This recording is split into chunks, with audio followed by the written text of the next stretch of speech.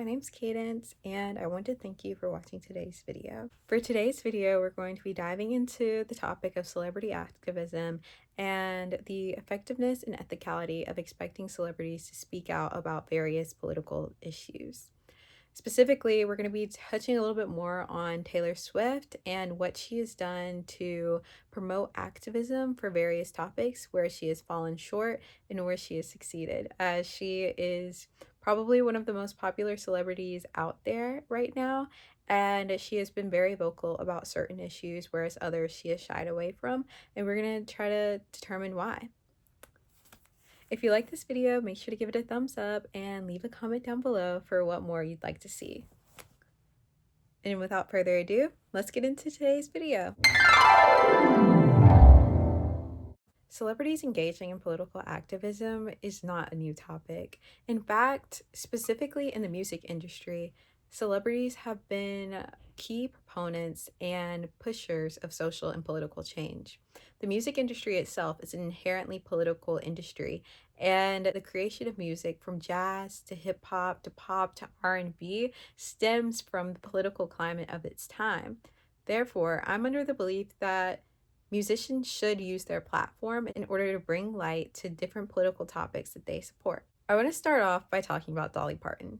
Now, while Parton is notoriously apolitical and doesn't seem to really conform to the restraints of either political party and typically strays away from endorsing one specific political candidate, Parton has been a key influence in promoting the research and development of numerous different issues that have become politicized, from youth literacy to the COVID-19 pandemic and providing funding for research surrounding vaccine development.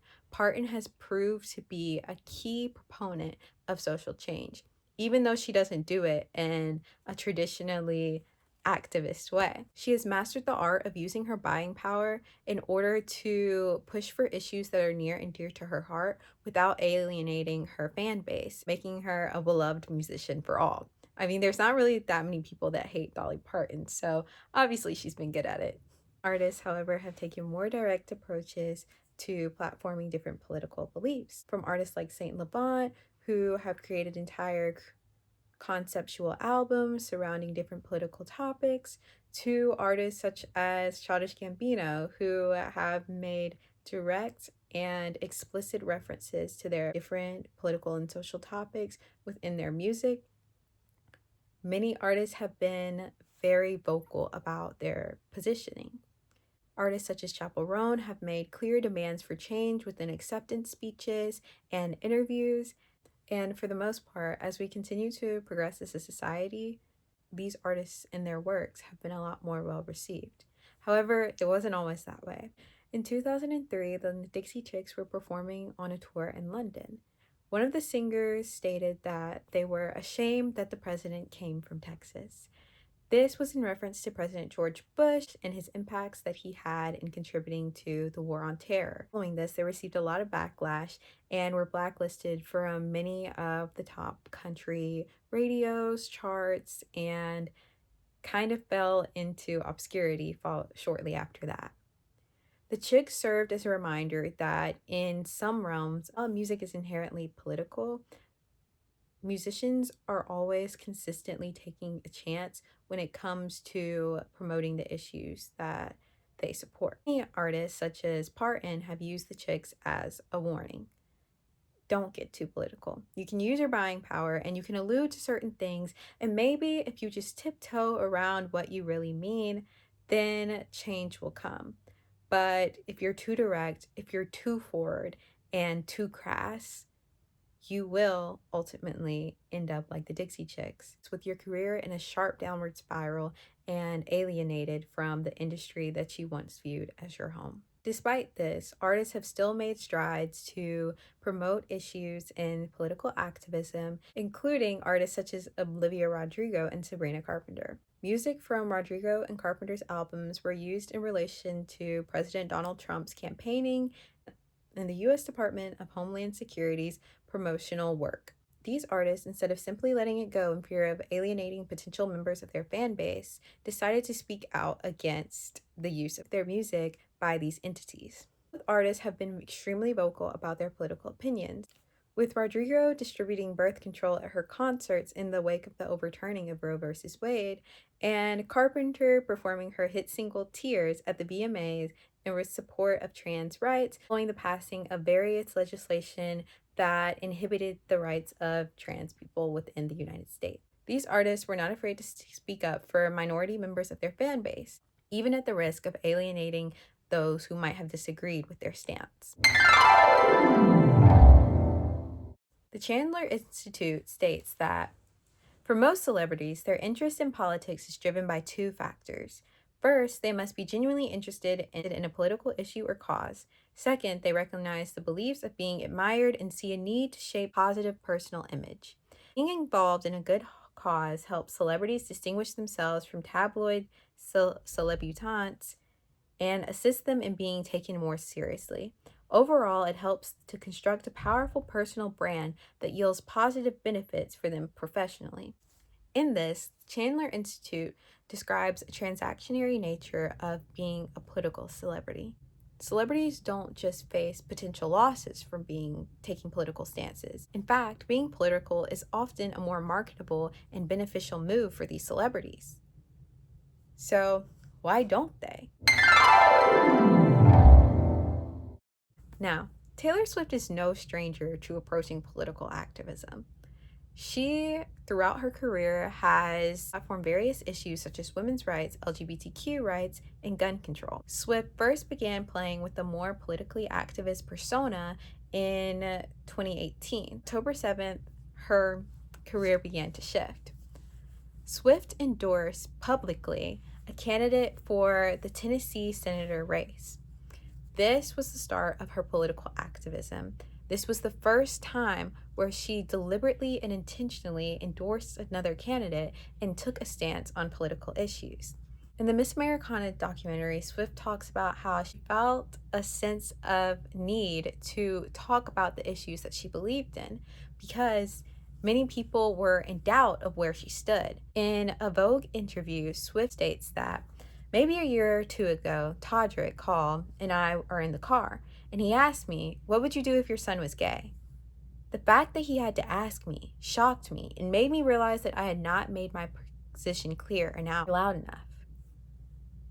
So ultimately, Swift's dive into political activism came out of a sense of fear. Fear that those surrounding her would feel uncomfortable with her silence. Because of that, her fan base must feel the same. She slowly became aware of the fact that as a celebrity, she could not remain silent on issues. In fact, because of her celebrity, she had a duty to platform these issues. Following her endorsement of the Democratic candidate in the 2018 midterm elections, she began platforming campaigns for stricter gun control regulations and started to push more for LGBTQ activism and equality. June of 2019, during Pride Month, she releases the iconic song, "You Need to Calm Down." This song featured popular queer public figures such as Todrick Hall, Haley Kiyoko, and the cast of Queer Eye. This song was in support of the U.S. Equality Act, and in this, she mobilized her fan base to sign a petition supporting the Equality Act that, if it garnered enough signatories, it would be taken to the Supreme Court. In the end, Swift was able to gather 3 times as many signatures that it was needed to be addressed by the US government. But she didn't stop there. In the Miss Americana documentary, she talks about her support of women's rights and how it is dear to her heart and how she wishes for the youth to continue on with promoting a culture of a more equitable and free society for all. She even includes the behind the scenes of producing a song called "Only the Young," which urges for youth to get out and vote and make a change within the political sphere. She endorsed President Joe Biden in the 2020 presidential election, and in the 2024 presidential election, she endorsed Kamala Harris. In 2023, she urged her fans to register to vote and utilize their voting power. Following this, the Carnegie Endowment states that the We Can Vote platform received over 35,000 registrations on the day of the post and reported a 1,226% jump in participation in the hour following it. It's clear that Swift plays a key role in mobilizing her fans to vote and engage in political activism. However, following the 2024 election, Swift has fallen off a bit in her political activism. Many people have found an issue with Taylor Swift's activism because of how self serving it is. Although she opposes sexism and is a proud proponent of feminism, she falls short in upholding these standards. So the question is Swift's activism actually ethical? Is it genuine? Or is it just a way to gain popularity? Does she use it as means to an end, or does she really and truly support the issues that she platforms? The most impactful form of celebrity activism is when celebrities actually care about the issues that they're talking about. When it's clear that it's personal to them and that it's sincere, their fan base is more likely to engage in promoting the activities that these celebrities are speaking on. If Taylor Swift talks about women's rights, but then turns around and dates someone such as Maddie Healy, who has a deep history of accusations surrounding sexual assault and abuse and harassment and racism, how can we trust that the issues that Taylor Swift stands for are even personal to her at all? Does she believe in them? Should we believe in them? Do we hold her accountable for these things? Or is she just a human that makes mistakes? And are we upholding celebrities to too high of a standard? That's the real question. Cancel culture has been stated as a reason for why celebrities are hesitant to engage in political activism. If they speak out about a certain issue, they are now held to an extremely high standard that most people wouldn't be able to uphold. About an issue, they're expected to continuously uphold the morals and beliefs that come with it. For example, if they speak out about climate change and then are seen taking a 20-mile jet ride, they are faced with an exorbitant amount of backlash. So many celebrities, despite the fact that through speaking out, they could garner a lot of support financially, promotionally, and socially for an issue that they believe in, choose not to speak out at all out of fear for potential backlash when they inevitably make a mistake. The Merriam-Webster Dictionary defines cancel culture as the practice or tendency of engaging in a mass canceling as a way of expressing disapproval and exerting societal pressures. Most of the time, when people engage in cancel culture, it starts off as a way to hold them accountable. The Pew Research Center states that in a recent survey, Americans were more likely to mention accountability when describing what the phrase cancel culture means to them. And around half, or 49%, stated that it describes actions people take to hold others accountable. In fact, in that same survey, Americans said that they believe that calling out others on social media is more likely to hold people accountable than to punish people that don't deserve it. Since typically don't seek out cancel culture as a way to tear someone down and end their career, but it mainly starts off as a way for someone to take accountability for their actions. For that celebrity who took a 20-minute plane ride, even though they said that they supported climate change, their fans may just be looking for them to say, hey, I made a mistake, I won't do it again. Or, this is why I did it. I had to go to a concert. If you guys wanted me to perform, then I would have had to fly on the jet. Most of the time, people are just looking for a reason why and for them to take responsibility for their actions. However, this quickly snowballs into things such as Taylor Swift is over party and a mass cancellation of celebrities that can ruin their mental health and cause them to fade into obscurity that is self-imposed. Because of this, many celebrities choose to not speak out at all about certain issues because of their fear that cancellation will get to them. For many celebrities, it is a safety issue. If they speak out about a certain topic, then their family or themselves may be at risk. Because of that, they choose not to speak out at all. Taylor Swift is no stranger to being canceled. In fact, in her most recent album, she wrote a song about it. However, Swift has been canceled for good reason. There have been many valid criticisms of her activism. In Miss Americana, she talks about how she feels that she has a duty to uphold in talking about certain issues. However, Swift has been increasingly quiet about different political, social, global, and humanitarian issues such as Palestine or Sudan. So if she feels like she has a duty to uphold, why hasn't she? One of the main critiques about Taylor Swift is that she embodies a sense of white feminism.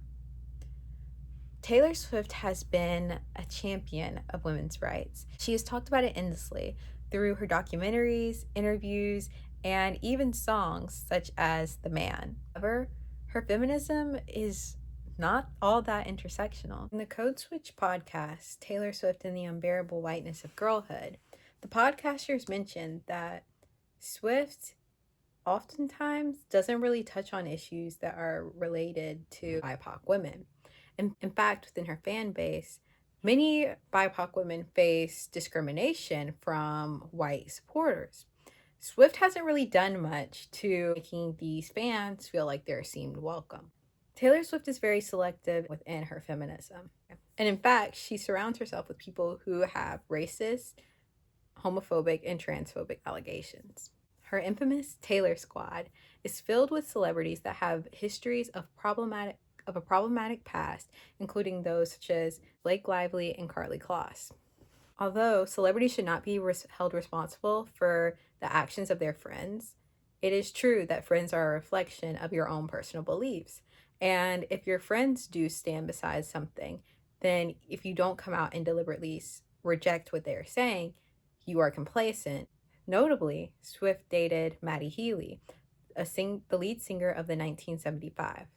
Healy has faced numerous counts of allegations. However, she still proceeded to date him publicly. And while, as Selena Gomez once said, the heart wants what it wants, the heart wants someone that is against what they stand for. But furthermore, her friend group seems reflective of these beliefs. Her friends all seem to fit the same criteria: thin, conventionally attractive, rich, and for the most part, white. So what? While some can argue that because she's a public figure, who else would she be friends with if not these famous models, actresses, and public figures? However, there are plenty of other public figures that do not fit those criteria that she could relate to. Taylor Swift does not have to surround herself with those who are white presenting, thin, conventionally attractive. She can become friends with a myriad of different people. She's not limited to those people, and they are not the only ones who understand her lived experience. Those are who she continuously tends to associate herself with. And a lot of the times, these are the people who are under fire for the same situations that Taylor Swift continuously comes under flame for. After dating Maddie Healy, she released a collab with Ice Spice for the song Karma. This collab seemed completely out of left field, and many think that it was a cover-up to draw attention away from her problematic boyfriend with saying, "Here, I do support Black females." This has come off in a way that many fans feel is ingenuine, and they have begun to question what her activism actually represents. Does she even care? Or is she only outspoken in her activism when it benefits her and her business?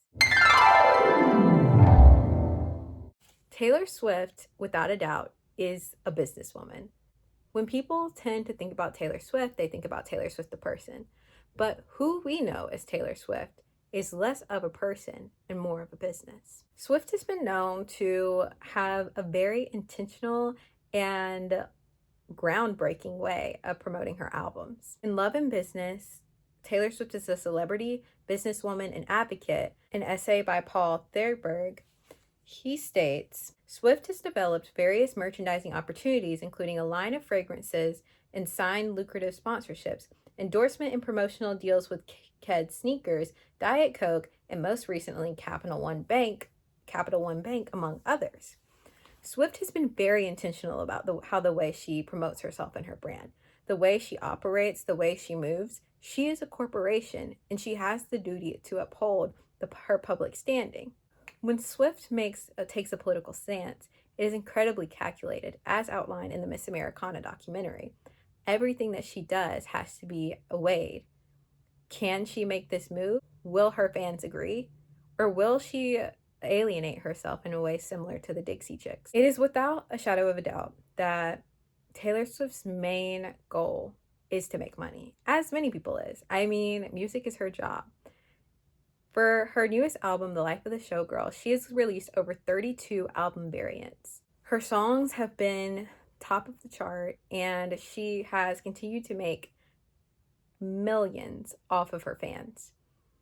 In this, she ultimately is promoting capitalism and is, in some people's eyes, exploiting her fan base for streams, viewership, and their dollars. This draws question to whether or not her love for her fan base and her activism is actually genuine. As we know, many corporations really only provide stances on political issues when it benefits them.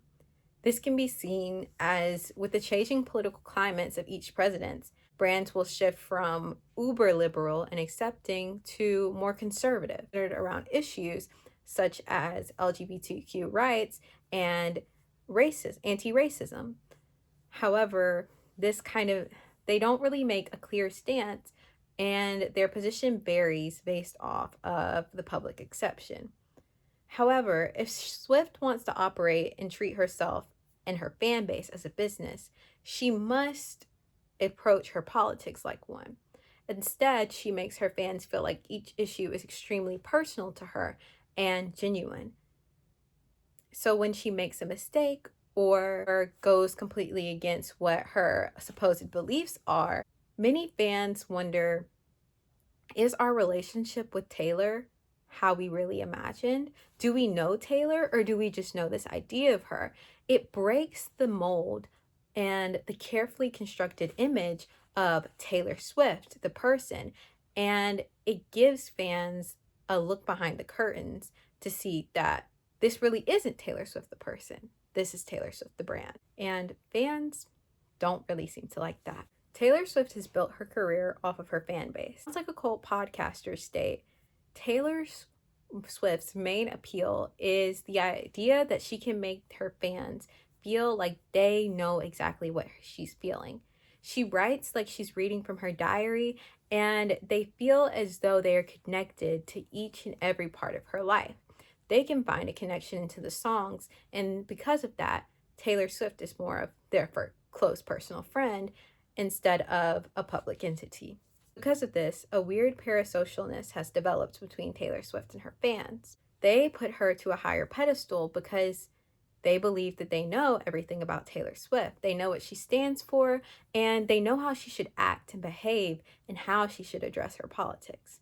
However, as we previously stated, her public politics, are not Taylor Swift's politics. They are Taylor Swift, the brand. Nico Fukuchi, an author for the Hampton Think, states that it is apparent that the value of celebrity culture, individualism, idealization, and dehumanization are also present in many current and recent social justice movements in the United States, and that is exacerbating systematic issues of burnout and unaccountable leadership, and is ultimately deferring our efforts towards collective liberation. In this, Aiko is speaking more towards the celebritization of social justice leaders. However, this is also relevant to mainstream celebrities themselves. When we call for celebrities to speak out about every issue and we expect them to uphold this, even though when they're speaking out, they're more speaking out in a business way, we can lead to celebrity burnout and unaccountability. Ultimately, they know that even if what they're putting out for their brand is what they stand for, what they do publicly is not what they will do privately. And we can't ask celebrities to speak out on every issue, but we can at least expect them to speak out on prominent global issues in which recently Swift has fallen short. And maybe this is because she never believed in what she previously stated herself, or maybe it's because she has become burnt out due to all of the canceling that she has faced surrounding her lack of accountability. Whatever the cause may be, it is clear that Swift has fallen short within her activism. While I do believe that celebrities have a role to play in politics, it is important to understand that what we see as the public is not necessarily the actual beliefs and morals of the celebrity. Celebrities at their core are businesses. They're artists, but their art is their job. We do not know these celebrities, and if we continue to believe that we do, they will only fall short of our expectations. That's all for today's video. Hope you liked it. If you like it, give it a thumbs up, and thank you so much for watching.